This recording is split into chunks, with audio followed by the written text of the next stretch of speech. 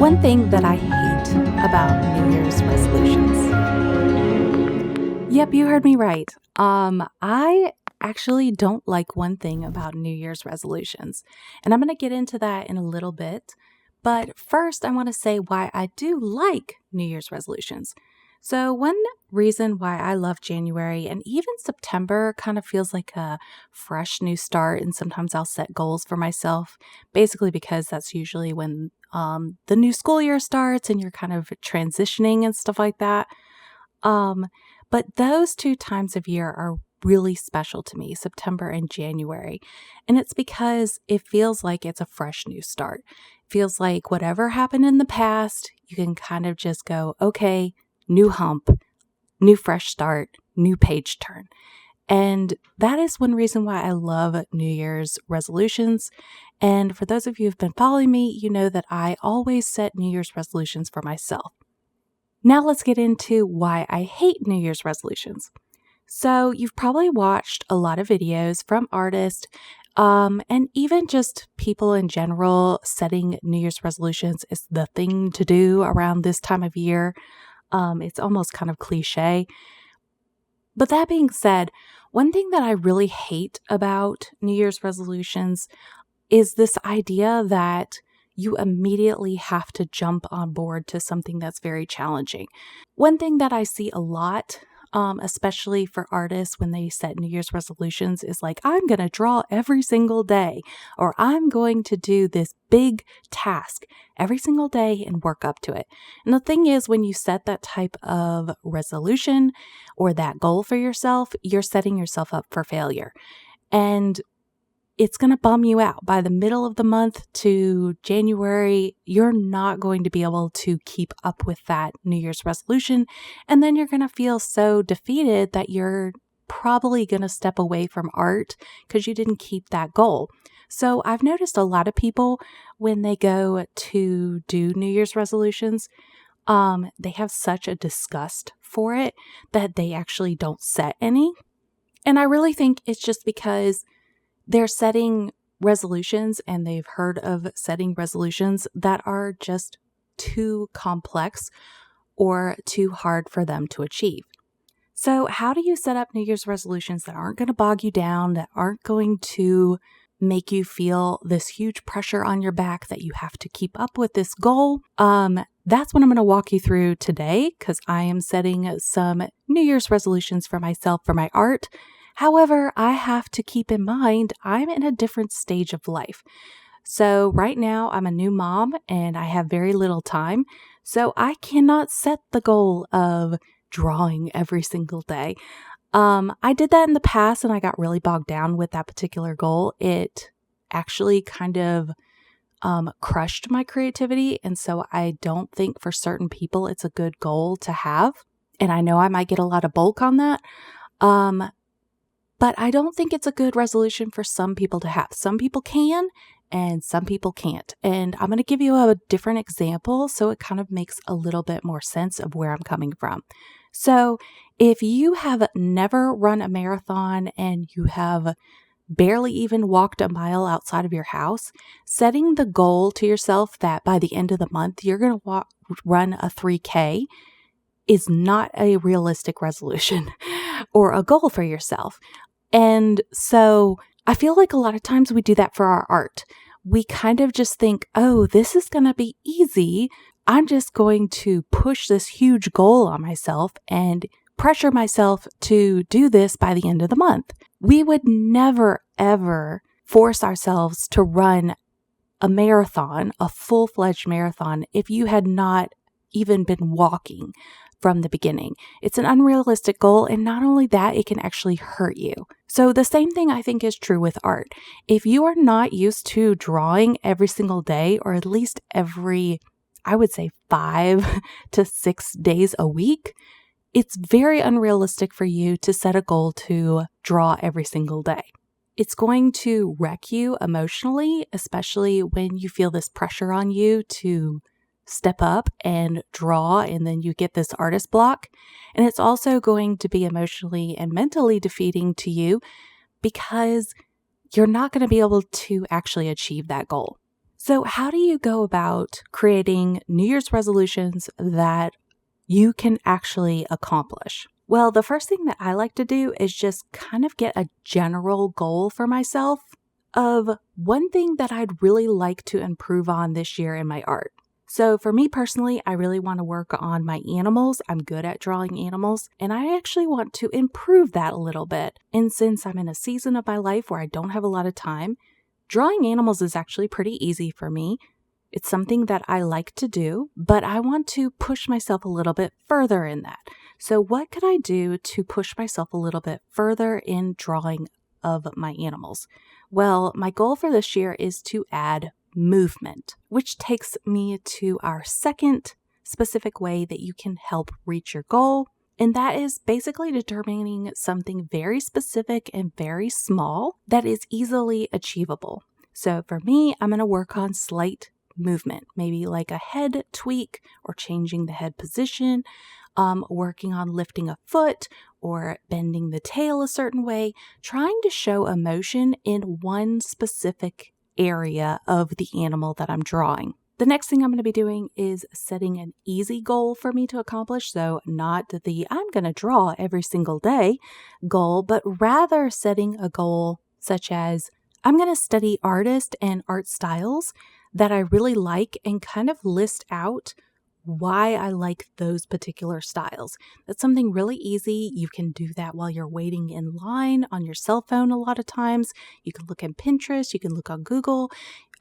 There's even artist books that you could check out from the library or you could buy online. I have actually a couple of books that were written by Disney illustrators that specifically talk about animal movement that I'm going to be just kind of looking through whenever I have a free moment. Another thing you can do is go to the zoo. That's another thing that I'm planning on doing with my son is taking him to the zoo. And while I'm there, I can watch him as well as observe the animals and get an idea of how they move. So when you're setting New Year's resolutions for yourself, especially when it's an artistic goal, don't just think of I have to draw or I have to create. Remember that studying and observation is also very, very key in art. So I like to think about Disney animators.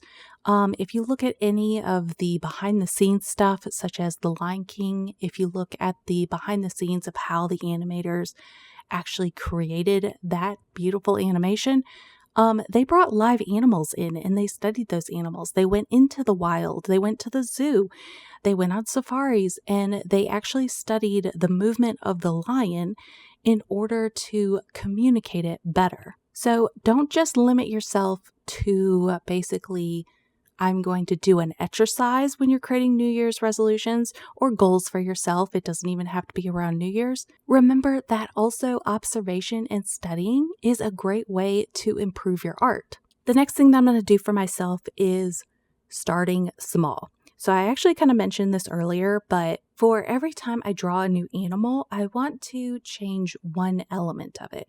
So I'm really good at drawing foxes. I'm going to be doing a fox study, but I'm also in the future going to be doing a bear study and a bunny study, a deer study. I'm basically picking animals that I've done a lot of, and I want to change their positions just slightly. So a way I can do this is with an owl. I can change it to flying or sitting on a branch. Maybe have one wing up and one wing down. I can have its head tilted a certain way. With a fox, you can have one paw lifted, the other paw's down. You can have a running sequence. You can have the head cocked a certain way. You can even have the fox sitting a different way than you typically would draw, such as having its back to you. So break down basically your task into easy, manageable chunks. And then lastly, set short-term goals for yourself. For me, I am just going to be working on this particular goal for January. If I do really well with it, I'm going to probably continue it through February with a different animal or a different type of element of drawing that I would like to pursue. But since this is a short-term goal, it makes it a lot easier for me to kind of gauge, is this a good manageable goal for myself, or is this something that's a little bit too hard and I need to scale back? There is nothing wrong with scaling back. I think that's another thing that a lot of artists or people in general do when they're setting New Year's resolutions is they think if I don't meet this goal, I have failed.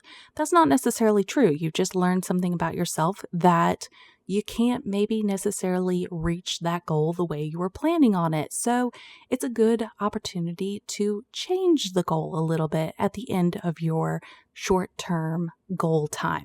So I'm going to do a month, but another really good time set for someone who hasn't done anything is doing it on the weekend or doing it for 1 week.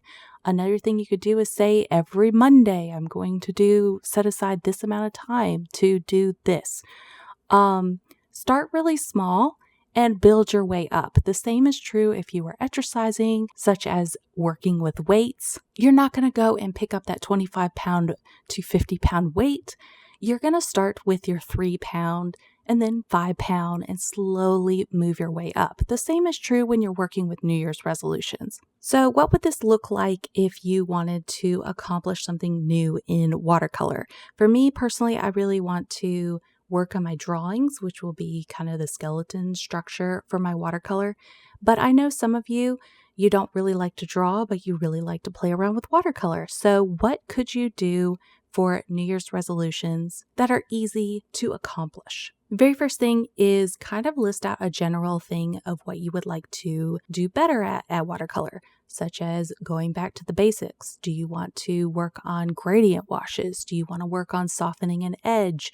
Do you want to work on diluting your colors better, such as paint ratios or values in a watercolor painting? So I'm going to take values as my first thing. That's the general thing that I would want to maybe work on with watercolor, diluting that color and really working on how much water do I need in order to create a certain shade of the particular color that I'm working with. And then the next thing you could do is set a specific goal for yourself. So for this, you could do values for every single color that you have in your palette. It doesn't have to be done at one time. You can do one color a day. You can do one color a week. It doesn't matter. You set it up for what works best for you. Now, what you're going to be learning if you're doing values of your particular watercolor paints, some colors are going to need more water to dilute them because they're more intense of a color, whereas other colors will need less water. So you are learning how to basically stretch your colors out to their largest value settings. We've already talked about setting simple and easy accomplishable goals, and that could be doing one color a day, that could be doing 3 colors a week, that could be doing 1 color a week. It doesn't matter. The whole point of setting a goal is just to kind of challenge yourself to set aside a small period of time to just look at something and do something. Another thing you could do is look at value scales from other artists. A really good way to check this out is looking at monochromatic paintings. Monochromatic paintings are paintings with one color. So studying up on these and really getting an idea of how far you can stretch one particular color, such as with your lights and your shadows, and still create a very dynamic painting is a great way to really stretch that skill in watercolor. We've already talked about this, but start small. Make sure your goals are easy, such as either you're observing or studying different monochromatic paintings, or you are working on one color at a specific time. Make sure your goals are very manageable and very easy and they're not overwhelming to you. And once again, set a short-term goal. Don't make this a whole year goal for yourself. Instead, do it for 30 days, do it for 2 weeks. If you're doing it for a short time of 2 weeks, make sure you don't try and push yourself to get 30 or 60 colors done in 2 weeks. No. That's not the point of a goal. The point of this goal is basically to take manageable little chunks. So we're eating the elephant one bite at a time, not an entire elephant in one gulp. So yeah, that is my New Year's resolutions, and that's how I approach New Year's resolutions. For those of you who have made it to the end of this video, go ahead and leave the paint palette emoji in the comments below. And also maybe list out one thing that you're planning on doing for a New Year's goal or resolution, or leave in the comments why you don't like New Year's resolutions. You are totally allowed to not set New Year's resolutions, and that is totally up to you. All right, so now that I've kind of gone over my New Year's resolutions for this year and how I break those down, next week I'm going to be teaching you, and I have never done this on my channel, so we'll see how it goes. I'm actually going to be breaking down my process of how I draw my foxes. So I'm going to break this down super simple and do it with shapes as well as lines and kind of show you how lines can communicate different things. And then I'm going to do something that is super unexpected. So if you are interested in following me on that journey and learning how I draw my animals, specifically foxes, next week, make sure to tune in. Lots of love, y'all, and happy painting.